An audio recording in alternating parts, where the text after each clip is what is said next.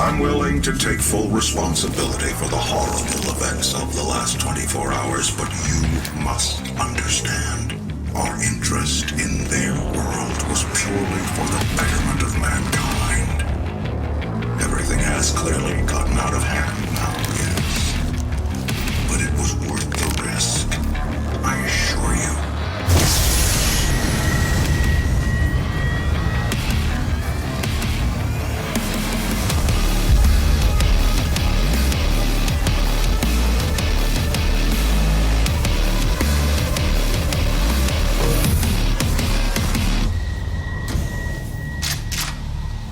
Hey everyone, my name's Cole and I just played Doom.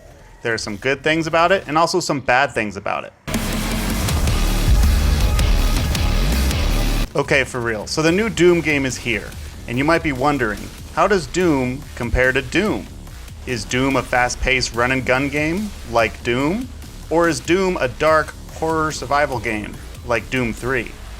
Pretty much the moment you start the campaign, you're immediately thrust into the action and start killing demons, letting you know right away that this is a no-bullshit, balls-to-the-wall action game. Sure, there's still an overarching story in the game that occasionally breaks up the action with cutscenes, but those moments are few and far between. And this game is self-aware enough to know that Doom was never great because of its story.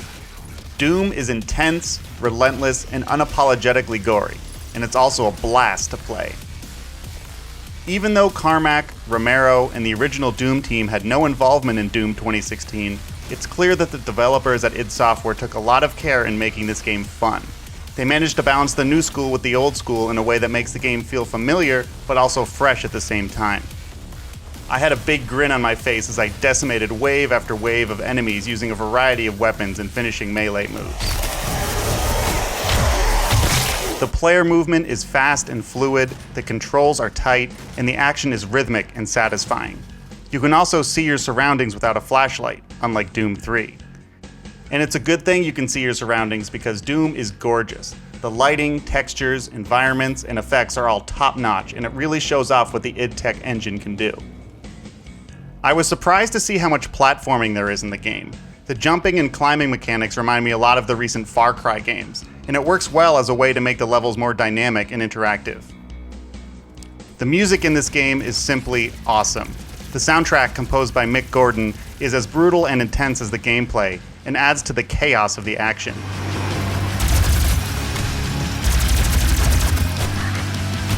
It brings back the metal and industrial aesthetic of the first two Doom games, which really makes this game less scary, but more energetic.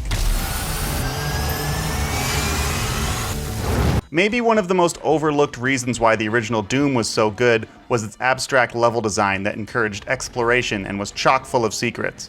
This idea pretty much got lost in Doom 3, as the levels were linear, claustrophobic, and focused more on realism.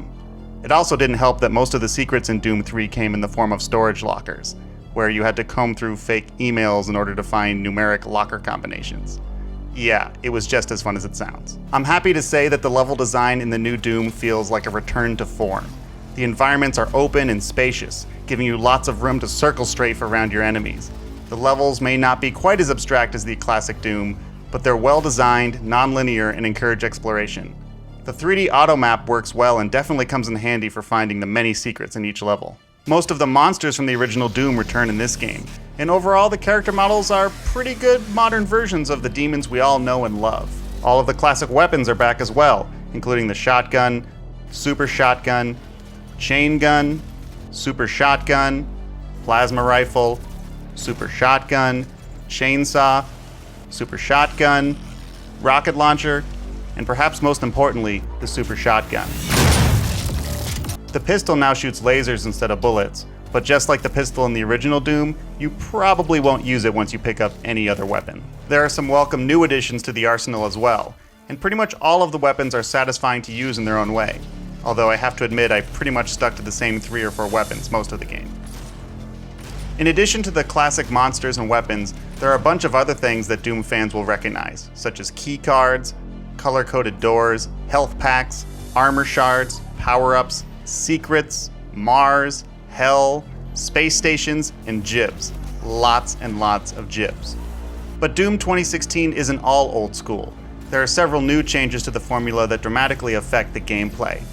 Perhaps the biggest new addition is the ability to glory kill. This basically means that you can use a powerful melee attack to finish off enemies with low health. The monster will glow orange or blue to indicate that you can use a glory kill. I personally found the glowing monsters to be a bit too arcade-like and distracting, but there is an option to turn off the glowing indicator, which I recommend doing if you want a more immersive experience. There are a variety of glory kill animations, most of which are amusingly over the top and violent. I was worried that this might detract from the shooting and would get old quickly, but 10 hours into the campaign, I found the glory kills to be just as fun as they were at the beginning of the game, and is a useful strategy for conserving ammo. There are also some light RPG elements to the game that gives a player a sense of progression. Throughout the game, you collect a resource called Argent Energy, which gives you a permanent boost in health, armor, or ammo capacity. You can also collect weapon and armor points, which you can use to buy mods for your weapons and perks for your armor. This is a mechanic that's pretty much used in every shooter these days, but probably because it's a good idea when it's done right. Thankfully, Doom gets it right. There's a good variety in the upgrades, and each one brings your character a step closer to being the ultimate badass. You could get even more upgrades and stat boosts by completing challenges called Rune Trials, which are kind of like mini-games that appear throughout the campaign. Each Rune Trial challenges you to complete various objectives in a limited time frame. These challenges are nice little breaks in the gameplay and help hone your skills in the various weapons and moves that Doom has to offer. I played Doom on the PC using a mid-range machine, and while the game runs smoothly and seems well optimized, there are still a few minor bugs that pop up here and there, such as the occasional drop in frame rate or the ridiculously laggy intro movies. Hopefully these will be fixed in an upcoming patch, but I'm happy to say for the most part that this game feels finished and polished right out of the box, which is sadly more than I can say for most AAA titles these days. Doom also has multiplayer, which is pretty solid overall, but it's also not anything special. It kind of just feels like Halo's multiplayer, but with more gore. Also curiously missing is just standard deathmatch mode, and considering that Doom invented deathmatch to begin with, it's a really curious thing to leave out of the game. Playing online is still pretty fun, but if you're thinking about buying the game just for the multiplayer, it might not be worth it. The strength of the game is definitely the single-player campaign. There's no built-in co-op mode, which seems kind of like a missed opportunity because the campaign seems like it would be really awesome to play as a co-op experience. Perhaps it'll be possible in the future through a mod, or maybe even an official release. Speaking of mods, Doom comes with a content creation tool called Snap Maps, which allows players to create and share custom maps. I'm curious to see how the community evolves, because modding and custom levels was such a huge part of the original Doom games and is a big reason why the franchise is still relevant after all these years. Doom doesn't lose sight of what it is, a game, and a really fun one at that. It doesn't take itself too seriously, and it's loaded with Easter eggs and references. I had my doubts that the new Doom would be any good because the promotional videos and trailers made the game seem like it was just going to be a prettier version of Doom 3. Well, I'm happy to have been so wrong. This game took me by surprise how quickly it won me over. It's fun, it's fast, and it's metal as fuck. If you're a fan of the Doom franchise or a fan of shooters in general, you should probably play this game. I could keep talking on and on about this game, but I'd rather just dive in and play it some more.